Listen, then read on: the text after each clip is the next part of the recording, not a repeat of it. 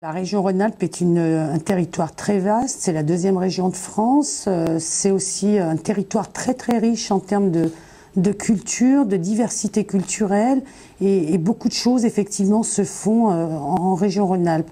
On essaye effectivement d'avoir à la fois une politique d'accompagnement au plus près de chaque territoire, en prenant en compte aussi la réalité de ces territoires. C'est aussi une région qui est très diverse de par ses territoires, à la fois rural, urbain. On sent bien qu'il y a quand même une cohérence territoriale, en tout cas une identité régionale qu'on essaye de développer avec le président Jean-Jacques Irane.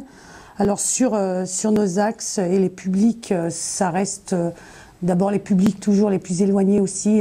Ce que vous appelez la culture pour tous, c'est effectivement œuvrer pour ce qu'on a toujours, ce qu'on évoque encore, la démocratisation de la culture.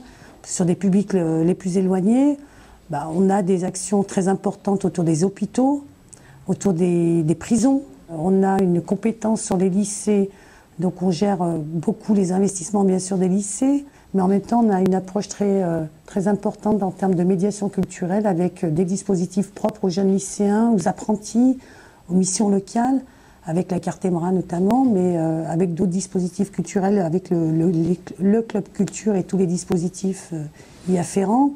Et donc toutes ces approches permettent effectivement de toucher les plus jeunes au plus près, me semble-t-il, de ce qu'on souhaite, parce que c'est avant tout aussi pour la jeunesse qu'on travaille.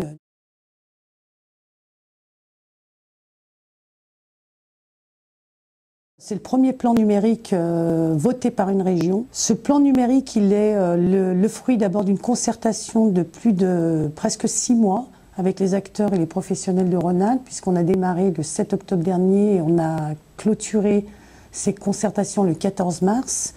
Donc cette concertation a permis à la fois au-delà des échanges, mais aussi de situer la culture dans le défi numérique. Et c'est pas simple non plus parce que la technologie évolue très vite. Le numérique, c'est quand même un chantier qui traverse tous les champs de notre vie au quotidien. Donc il fallait à la fois rester proche des attentes des professionnels, des acteurs, et en même temps se positionner en anticipation sur ce plan numérique, puisque quand on vote une délibération cadre, c'est l'idée que dans les 3 ans à venir, il faut qu'on la décline en ce qu'on appelle en commission permanente, mais en mode d'action qui correspondent à des réalités territoriales, en tout cas celles portées par nos professionnels et les acteurs de Rhône-Alpes. Donc à travers ce plan numérique, c'était l'idée d'abord de renforcer la création artistique, ça c'est un élément fondamental, c'est d'accompagner les professionnels et l'ensemble des mutations autour du champ culturel, c'est de former les acteurs, parce qu'il y a un volet formation qui est très très important aussi. On voit que sur certaines filières, la question de la formation est posée, et également donc tout ce qui est les actions de médiation et en direction des publics que je citais tout à l'heure, à la fois les jeunes, mais aussi les plus éloignés.